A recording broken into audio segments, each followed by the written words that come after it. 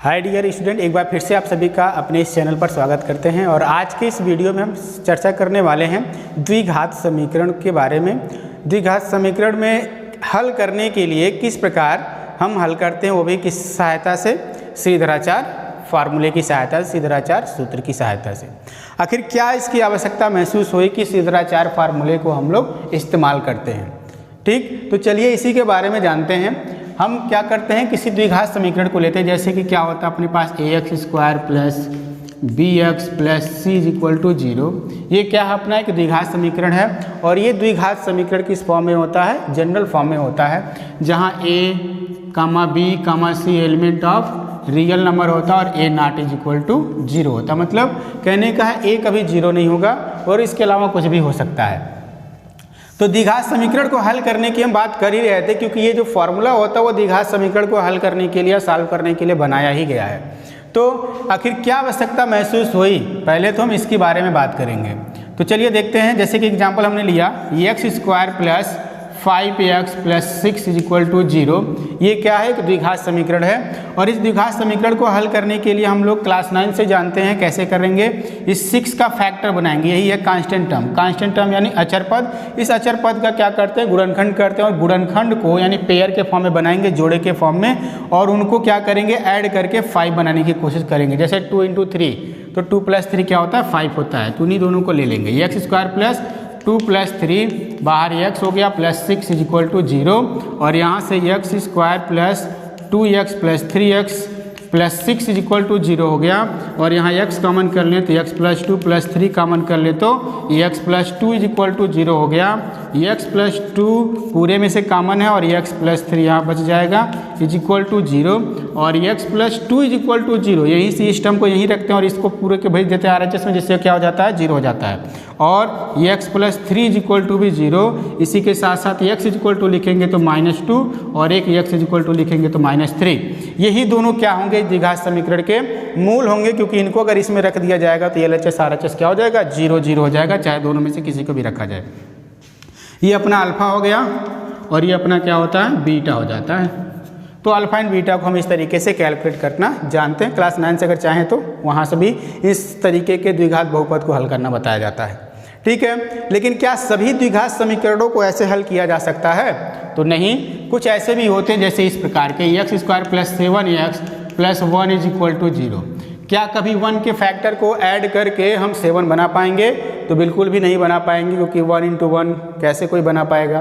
तो इस तरीके के द्विघात समीकरण को सॉल्व करने के लिए श्रीधराचार्य ने एक फार्मूले को डेवलप किया है। उस फार्मूले के बेसिस से हम क्या करेंगे, इसको सॉल्व करते हैं। ठीक, तो ये एक पर्टिकुलर केस है, कब हमको आवश्यकता महसूस हुई कि द्विघात समीकरण को हम इस विधि से हल नहीं कर सकते हैं।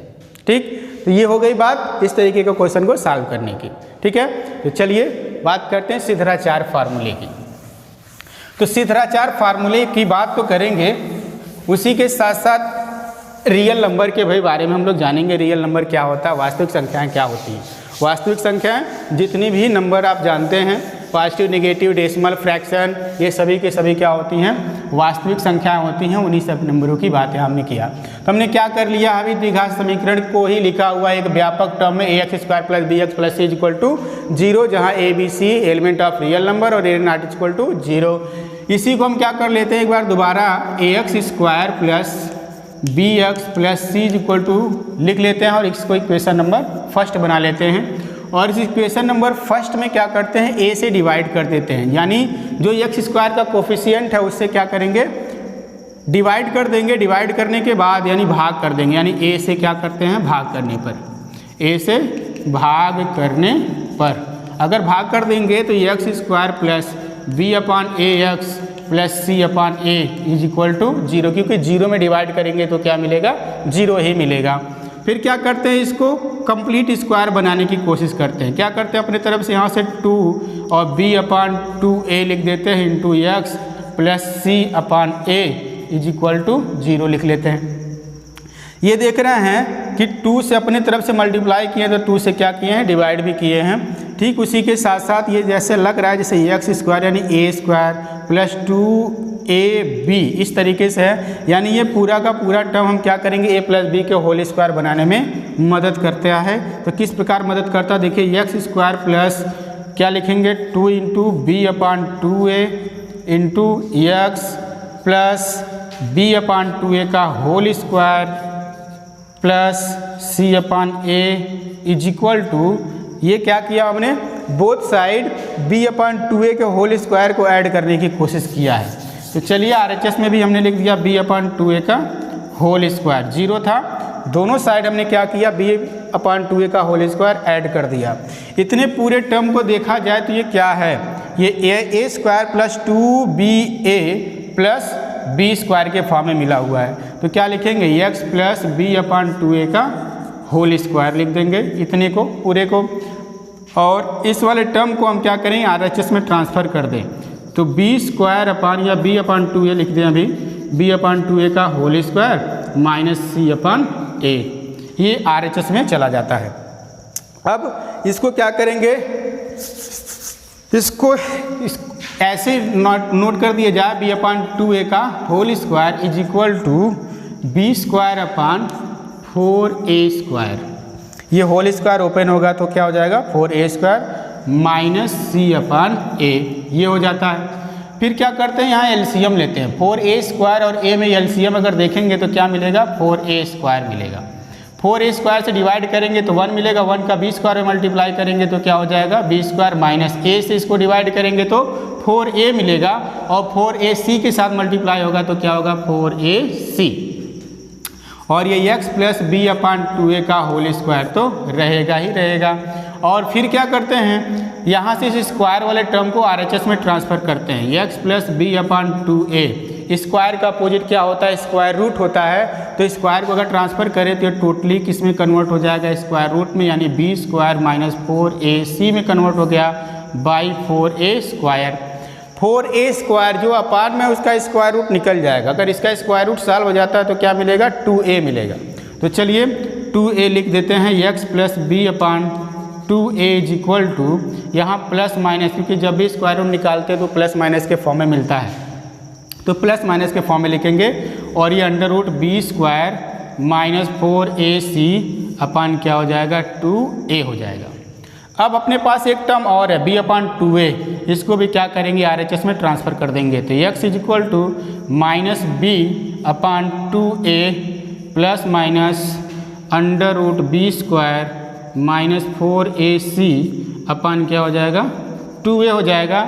और डिनोमिनेटर दोनों का देखा जाए, हर को देखा जाए तो सेम है, इसलिए इन सबको एक साथ लिख देंगे, x is equal to minus b upon 2a plus minus, इस तरीके से लिखा जाए plus minus under root B square minus 4ac।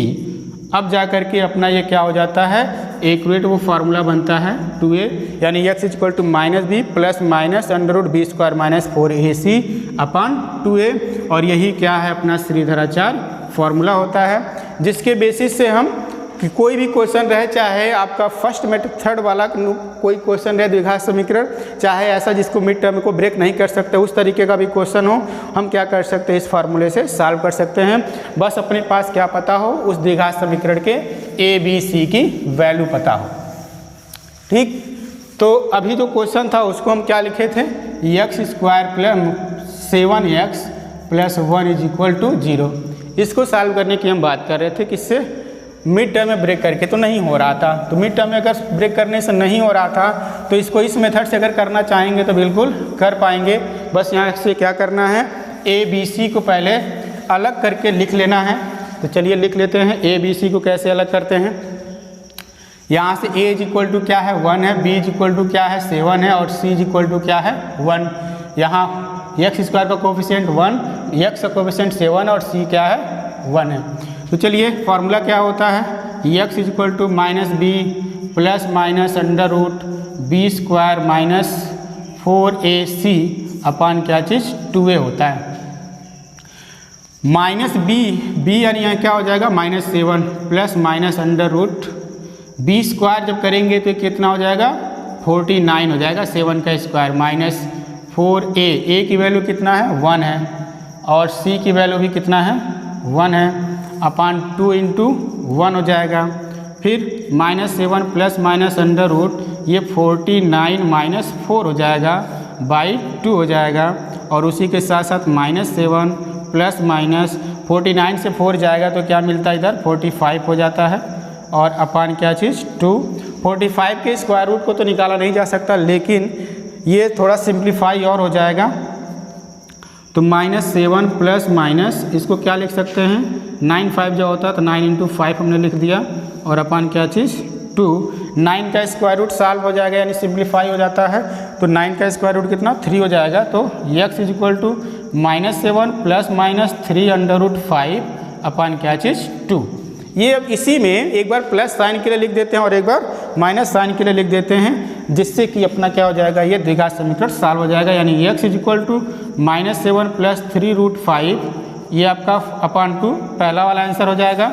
और दूसरे आंसर को लिखना चाहेंगे तो x equal to -7 minus 3 root 5 और अपान क्या चीज़ 2 ये आपका सेकेंड आंसर हो जाएगा। यानी किसी द्विघात समीकरण के जो दो मूल होते हैं वो इस प्रकार हम द्विघात समीकरण को सिद्धाचार फार्मूले से सॉल्व कर पाएंगे और आंसर को निकाल पाएंगे। ये आपका अल्फा हो जाएगा और दूसरा आपका क्या हो जाएगा बीटा हो जाएगा। तो अभी हमने क्या देखा, किसी द्विघात समीकरण को सिद्धाचार फार्मूले की सहायता से कैसे किया और सिद्धाचार फार्मूले को किस प्रकार सत्यापित किया, ये दोनों। और एक बात बता दिया जाए कि किसी द्विघात समीकरण को अगर कभी भी पूर्ण वर्ग बना करके हल करने की बात की जाए तो जिस प्रकार अभी हमने सिद्धाचार फार्मूले को सत्यापित किया है, ठीक उसी मेथड का इस्तेमाल करके हम क्या करते हैं किसी द्विघात समीकरण को पूर्ण वर्ग बनाकर या कंप्लीटिंग स्क्वायर मेथड से हम क्या करते हैं उसको सॉल्व करते हैं। आशा करते हैं ये आपको टॉपिक बेहद तरीके से समझ में आया होगा।